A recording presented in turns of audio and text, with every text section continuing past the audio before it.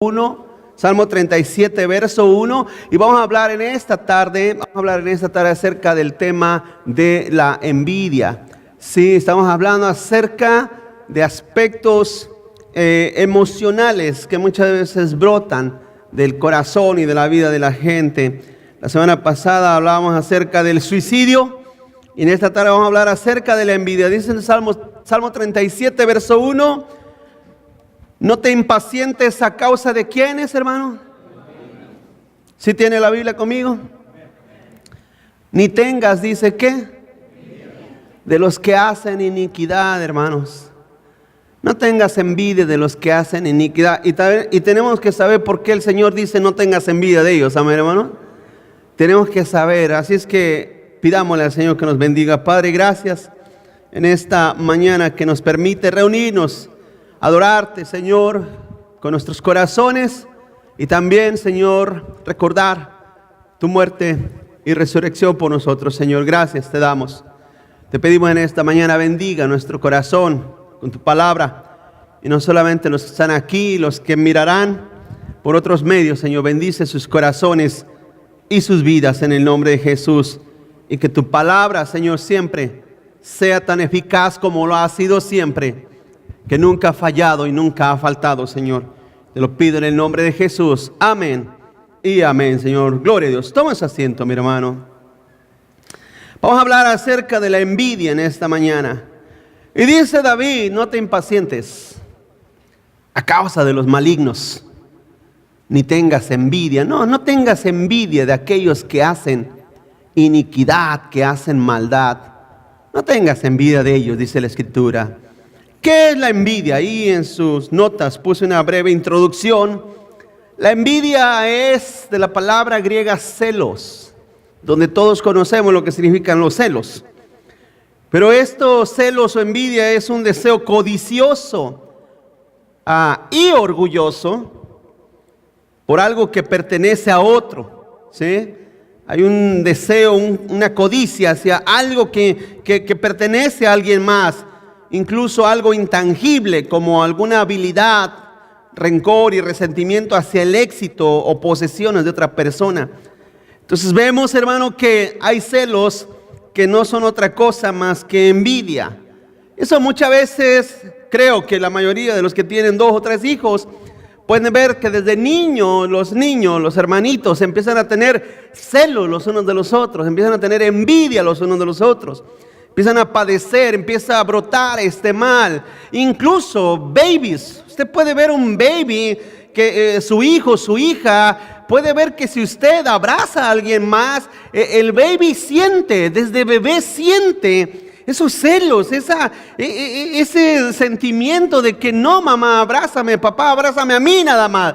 ¿Por qué? Les he explicado muchas veces, porque el ser humano nace muerto espiritualmente con esa inclinación hacia lo malo. Les he explicado muchas veces eso, porque un niño manifiesta actitudes tan muchas veces malignas, y la gente pregunta, bueno, ¿y por qué es así? ¿Por qué ese niño nació así? No, es que todos, cada uno de nosotros nacemos inclinados hacia el mal. ¿Alguna vez usted ha oído hablar de la Torre de Pisa?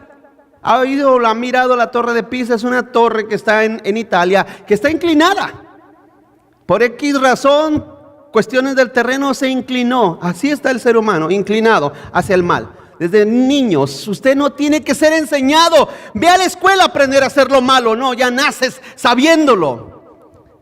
Y este es uno de esos males con los que nace la humanidad.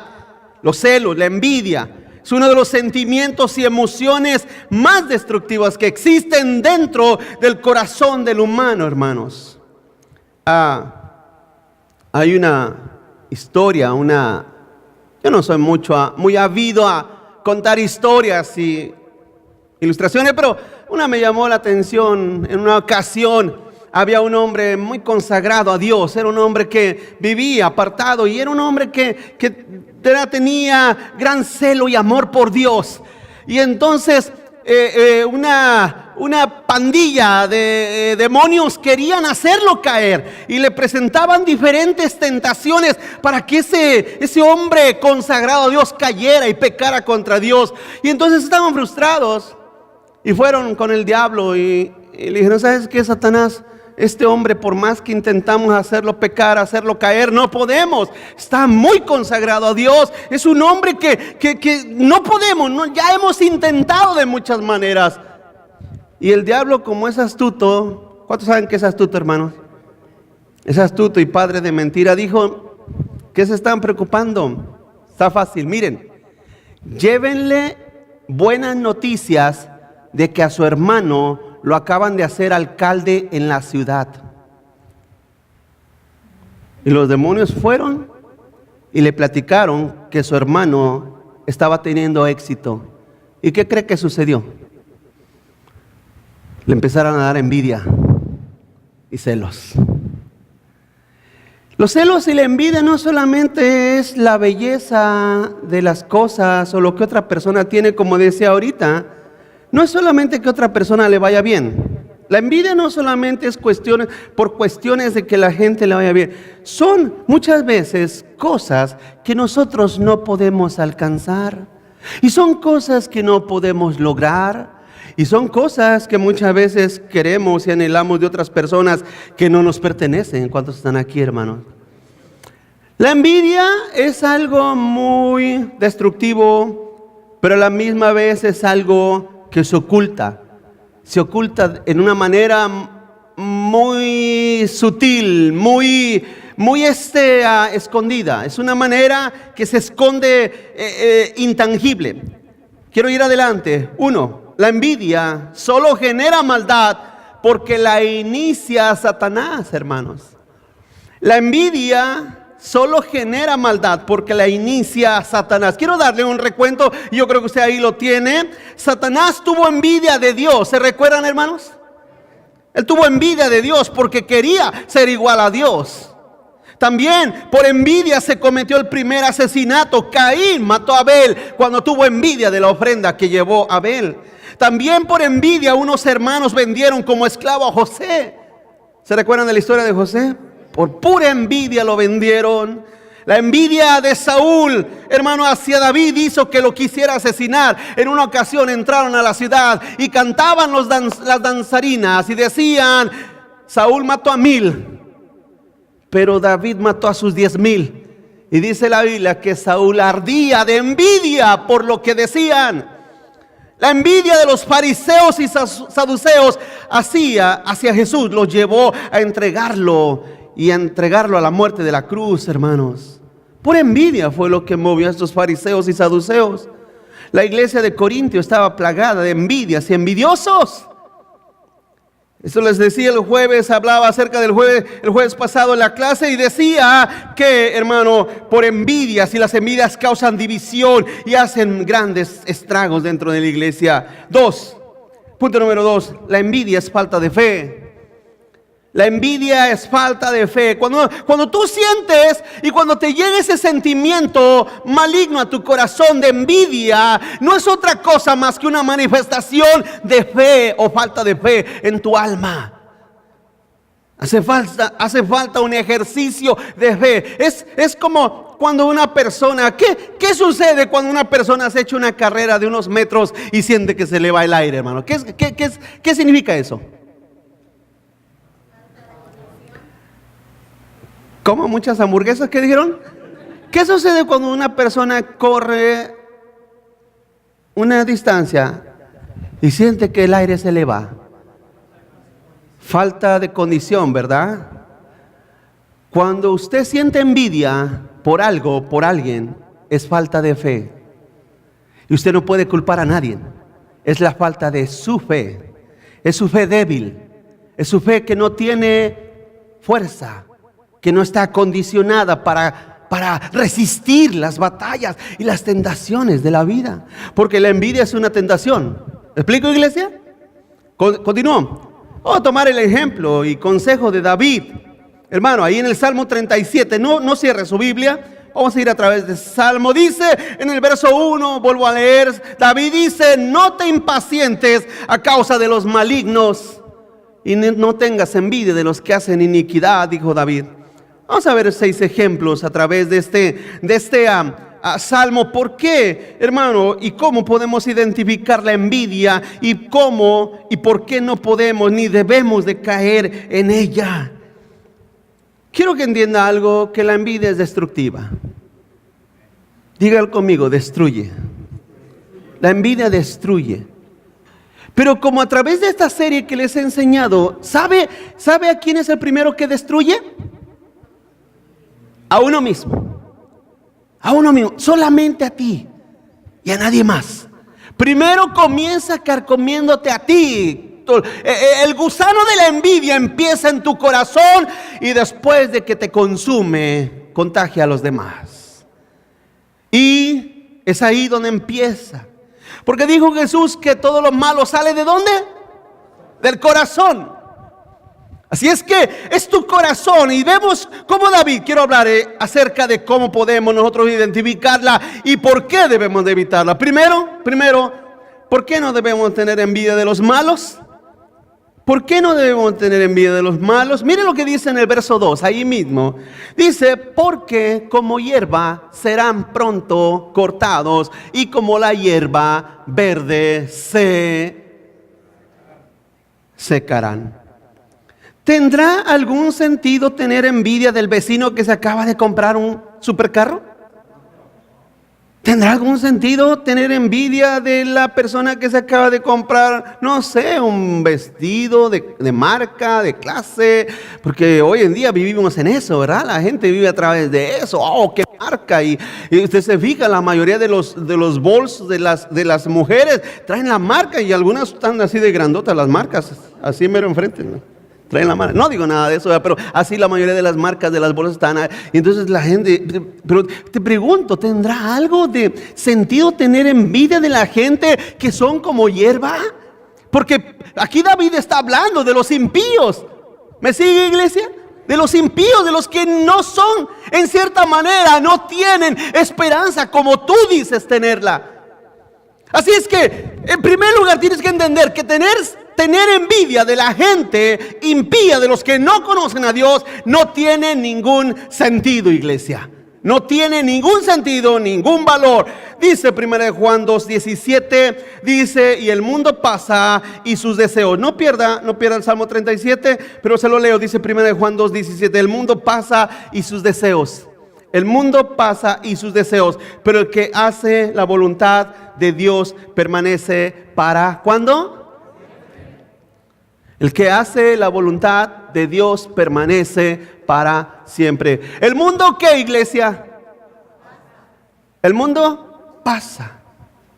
Todo pasa, ¿no? Todo pasa.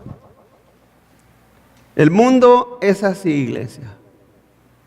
Sus afanes, sus modas, sus requisitos, todo pasa. Porque todo es vano. No tiene sustancia. Son como nueces huecas. Así es el mundo. Son como cascarones solamente que no tienen nada dentro de sí. Así es el mundo, vacío, sin ninguna clase de valor. Dice Salmo 37, verso 9, porque los malignos, fíjense lo que dice aquí el rey David, dice: porque los malignos serán destruidos, pero los que esperan en Jehová, ellos heredarán la tierra. El 10, pues de aquí a poco no existirá el malo. Fíjese, observará su lugar y no estará allí. No estará allí. Así es que tener envidia de los malignos, de los malos, no tiene ningún sentido. ¿Sabe, iglesia? Si usted alguna vez ha trabajado, por ejemplo, en las compañías donde la mayoría de la gente trabaja, una de las grandes males que la mayoría de los compañeros de trabajo tiene, sí o no, es la batalla contra la envidia. Hermanos, que ya le dieron una cora a aquel. ¿Pero por qué? Si yo tengo 5 años más que él, ¿por qué puede ser eso? Ya le dan una posición distinta al otro, ¿pero por qué? Y empieza la murmuración, empieza la comedera de esas personas. Es una cosa, hermano, esas cosas, nosotros tenemos que estar centrados en Cristo, centrados en el Señor. ¿Por qué? Porque todas esas cosas en el mundo donde vivimos, hermano, pasará, dejará de existir. Ninguna de esas cosas te dará un valor más. Tú no vales más por ser supervisor, por ser el mayordomo, por ganar $10 más, por trabajar overtime. Tú no vales más por eso. Ninguna persona tiene un valor más por eso. En realidad el valor, el único valor, y quiero decirlo esto de antemano, hermano, el único valor que el ser humano pudiera tener en sí es solamente Cristo Jesús. Se lo he dicho muchas veces. Tú como cristiano, ¿cuántos aquí son cristianos? Bueno, eso dicen ustedes, amén. Les pregunto, si te quito a Cristo, si quitas a Cristo de mí, ¿sabes a quién soy igual? A cualquier persona perdida de este planeta. Así es que ese es un mal que se ha introducido dentro de la filosofía y dentro del humanismo moderno, que nos hace pensar que valemos mucho. Y de hecho hay iglesias que, lo he dicho en otras ocasiones, te valoran a lo que tienes. Te valoran a cuánto tienes. ¿Cuánto tienes? ¿Cuánto vales? ¿Cuánto vales? Mereces lo mejor dentro de la iglesia. Eso son tonterías, son cosas absurdas.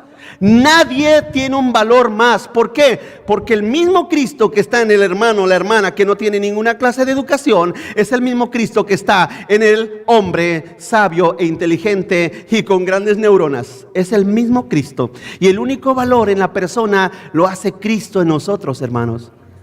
Si Cristo no está en ti, no vale más que $3 de carbón. ¿Sí sabes eso? Cuando a ti te creman y te ponen en una bolsa o en un recipiente, una urna, te entregan a tus familiares y tus familiares miran la urna con tus cenizas y dirán, ¿qué puedo sacar de provecho a esto? Vas y lo vendes, te van a dar $2.78 más o menos. Porque entonces te van a mezclar con tierra para echarte a las plantas que crezcan un poquito. ¿Sí sabes eso o no sabías eso? Es lo que valemos en materiales biológicos, iglesia. Eso es lo que vale nuestro cuerpo cremado. Así es que Cristo es lo único valioso en nosotros. No tengas envidia de los malos. No tengas envidia de los malignos. Ellos nada son, iglesia. Ahora, ni de los malos, ni de los buenos. ¿Cuántos dicen amén, hermano? No tengas envidia de los malignos, pero tampoco tengas envidia de tus hermanos. La iglesia en Cristo. Segundo, continuó. Segundo, sobrepon tu confianza por encima de cualquier envidia. Pon tu confianza por arriba, por encima de cualquier envidia. Dice el verso 3, ahí de Salmo 37, el verso 3. Confía en Jehová o en el Señor. ¿Y qué? A ver, fuerte. Haz el bien y habitarás en la tierra y te apacentarás de la verdad. Así es que cuando tú, hermano, confías en el Señor, y dice aquí el rey, haz el bien, porque aunque usted no lo crea, hay muchos cristianos que son más malos, hay cristianos malos. Yo no sé cómo se llaman cristianos, pero son gente mala. Sus corazones no han sido renovados, no han sido transformados, aún no han nacido de nuevo. Porque en realidad, como lo he dicho, en cierta manera, el cristiano, iglesia, los hijos de Dios, Dios trae su bondad a sus vidas. Y esas personas, porque déjeme decir una cosa, ¿sabe lo que transforma en nuestras personas? En cierta manera, aunque la Biblia en el libro de Romanos capítulo 3 dice que buenos no hay, ¿cuántos? Ni uno, no hay ni un bueno. Pero en cierta manera el cristiano se convierte en una persona, porque déjame decir una cosa, un día les explicaba, Si usted va en un callejón, iglesia, usted va en un callejón, haga de cuenta que se le queda el carro, se le descompone, y usted empieza a caminar entre las calles y tiene que atravesar un callejón medio oscuro, ahí todo, así todo tenebroso. Y entonces usted va caminando a la mitad del callejón y allá al fondo usted mira que vienen 8, 9 personas. Y los mira que vienen caminando. Es una cosa, ¿no le dará temor? Hermanos, ¿verdad que sí?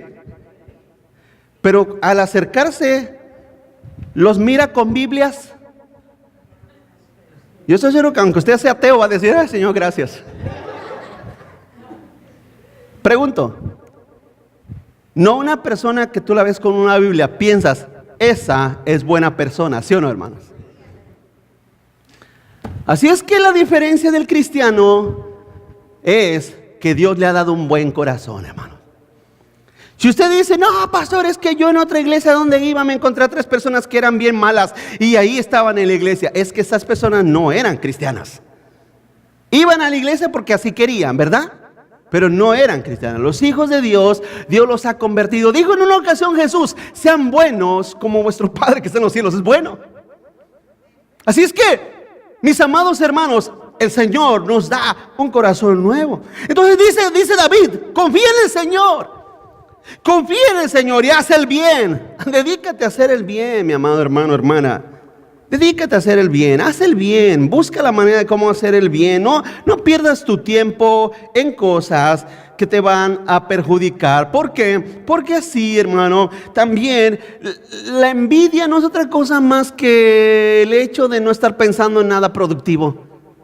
Eso es la envidia. La envidia se germina. Es como, tú sabes que dan el departamento de salud, ¿qué te dice? Tú sabes que te dicen: no tenga baldes por ahí de agua estancada. ¿Sí sabes que te dicen? Hay una especie de contaminación por mosquitos, y esos mosquitos se generan en lugares donde está el agua estancada, ¿sí o no, hermano?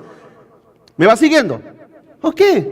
Cuando tu pensamiento está en blanco y te levantas sin ningún propósito y diciendo: hoy qué voy a hacer, hoy no voy a hacer nada, y solamente tu mente está pensando en nada, no tienes ningún plan de hacer algo, no tienes deseos de hacer nada, de perdida, ponte a hacer un agujero ahí, no en la pared, pero ahí en el suelo, planta una planta, no sé, corta tu jardín, pinta una pared, haz algo, mantén tu mente pensando, activa en algo, porque si la mantienes totalmente pasiva, en blanco, sin hacer nada, la envidia te va a venir a atacar. Va a venir a atacar. Y no solamente la envidia, muchos otros pensamientos malos. Muchos otros pensamientos malos. La mente, el pensamiento inactivo y la vida inactiva solamente es una fábrica de hacer maldad y maldad y maldad.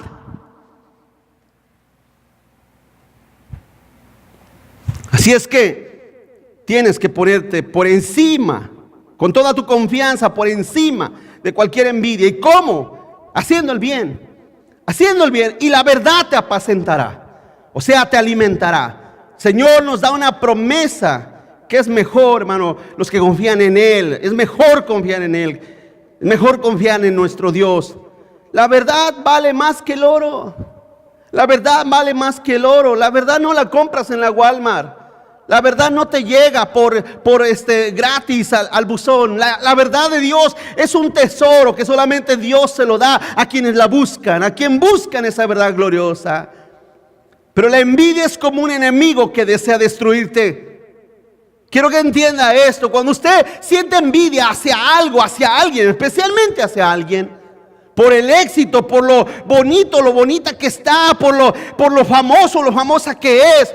Hoy en día nos venden, usted prende la televisión, la internet, lo que sea, y nos venden una imagen diferente del ser humano, que el ser humano se queda mirando y dice: wow, ¿cómo quisiera ser así? Siempre con la idea de vender una imagen que nos aliente o nos llame a ser como ellos. Pero déjame decir una cosa, mi amado hermano.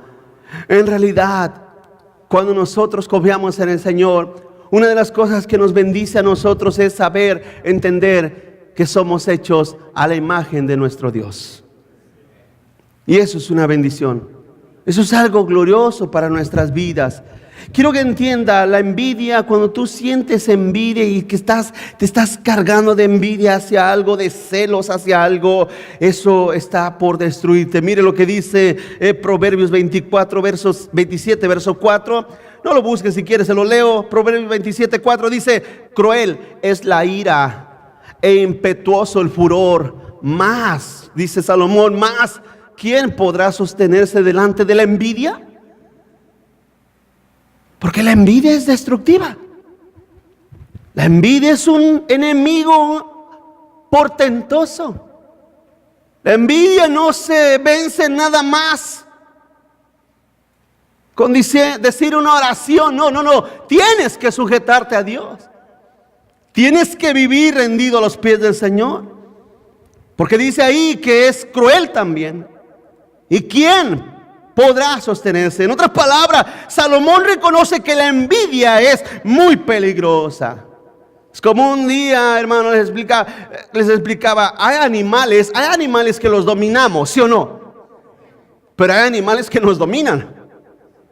No es lo mismo que tú le digas a un gato: sácate por allá, ¿verdad, hermano? ¿Tiene gatos? No quiero meterme en problemas con los gatos, ¿verdad? Pero no es lo mismo decirle a un gato: sácate por allá, gato, que decirle a un león de 300 libras, ¿verdad que no es lo mismo? Usted le dice al gato: lo bota por allá, pero a ver, dígale al león. Debe ser una cosa, usted no puede tratar la envidia como si fuera un indefenso gato. La envidia es un león que usted no lo puede controlar a menos que usted viva rendido a los pies de Cristo, iglesia. La envidia se lo va a devorar. Y quizás usted dentro de ustedes: ay, Señor, ya estoy empezando a sentir envidia del vecino, de la vecina, de mi compañero de trabajo, de mis compañeras. ¿Por qué? Porque quiero que entienda, usted tiene que vencer eso. Es un mal del alma. Es algo que brota. Y siempre le he dicho: ¿qué haces? ¿Cuántos aquí tienen yardas, hermanos? Yardas, zacate, pasto en vez de su casa. ¿Cuántos tienen? Y pregunto por qué hay personas que viven en apartamentos, ¿no? Pues no tienen yarda más que la que está ahí en los parking lots. Pero si usted tiene yarda en su casa, ¿qué hace cuando sale hierba ahí? ¿Sabe lo que hacen nuestros amigos los filipinos? Hace muchos años vivíamos en San Deleno y miramos cuando íbamos rumbo a la calle, a la casa, todos los filipinos en la tarde, todos los filipinos, eran como que es algo ritual en ellos. Salen a la yarda y están sentados, acostados ahí, con unas tijeritas, sacando hierbita por hierbita en su yarda. Eso sí, parece alfombra sus yardas. Impecables, muy bonitas. Entonces pasamos nosotros y decimos: qué yarda tan fea, pura envidia, ¿verdad? No. Es una cosa, ¿qué hace cuando hierba le empieza a salir en su yarda, hermano? ¿No busca la manera de aniquilarla? ¿Iglesia? Apá, creció un nopal allí en medio de la yarda. ¡Ay, déjalo! ¿De veras? Creció un espino, un abrojo aquí en medio de la yarda. Mira, creció esta hierba, va a secar lo demás. ¿Quién la deja? ¿Quién la deja? A menos una persona totalmente perezosa y desobligada, ¿no, hermano? Pero si nosotros sentimos esa responsabilidad y decimos: yo no quiero que mi yarda se contamine, lo que usted hace es luchar contra eso. ¿Por qué no cuando empiezan a brotar esas pequeñas, ramificaciones de la envidia? ¿Por qué no luchar contra eso? ¿Por qué no buscar la manera de aniquilarlo absoluta y totalmente? Desarraigándolo de fondo, de adentro del corazón. ¿Y cómo? Ve a la cruz y reconoce tu pecado delante de Dios. Reconoce tu pecado delante de Dios. Y entiende que ese sentimiento, si no lo destruyes, Él te va a destruir a ti. Tercero, déjate moldear por las manos del Señor. Déjate moldear por las manos del Señor. Mira lo que dice el verso 4. Dice: deleítate asimismo en Jehová. ¿Y Él qué, hermanos? Quiero que ponga mucha atención a este pasaje. Deleítate, dice el rey.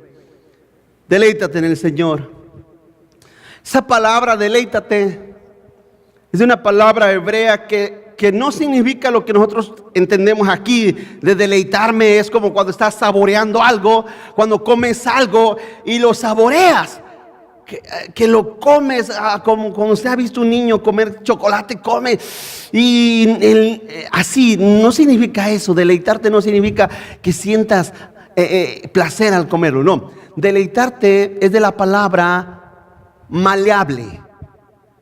Maleable es lo que se usa como para moldear las cosas. Por ejemplo, el oro, si usted carga algo de oro, yo no traigo, pero si usted carga algo de oro, lo que sea, un diente, un arete, una medalla, lo que sea, eso no lo sacaron así de la tierra, ¿verdad que no, hermano? ¿Cuántos están aquí? No lo sacaron así. ¿Qué hicieron? Lo extrajeron una piedra, una bola, lo echan al crisol, al fuego, lo derriten, le sacan la impureza y lo moldean. ¿Me vas siguiendo? Tú debes de ser ese material moldeable. Tú te tienes que dejar moldear en las manos del Señor. Porque de hecho la Biblia nos da otra ilustración. Dice la Biblia que somos barro en las manos del alfarero. ¿Sabe cuál es? Y yo como pastor a través de los años he mirado que es una de las cosas que la gente menos quiere. No les gusta ser moldeados por el Señor. Déjate moldear por el Señor. Porque nos gusta la segunda frase, ¿no? Él te concederá las peticiones de tu corazón. ¿Verdad que nos gusta eso, hermano? Hasta lo mandamos pintar ahí frente a la casa, ahora sí cuando entramos. Él te concederá las peticiones de tu corazón. Pero quiero que entienda, hermano, que un corazón no moldeado es un corazón malo. Entonces no le pidas a Dios que te conceda las peticiones de tu corazón cuando no has dejado que Dios moldee tu corazón, porque van a ser peticiones y deseos absolutamente malos. Así es que si yo pido al Señor algo, sin dejarme moldear en Cristo, entonces estoy pidiendo algo malo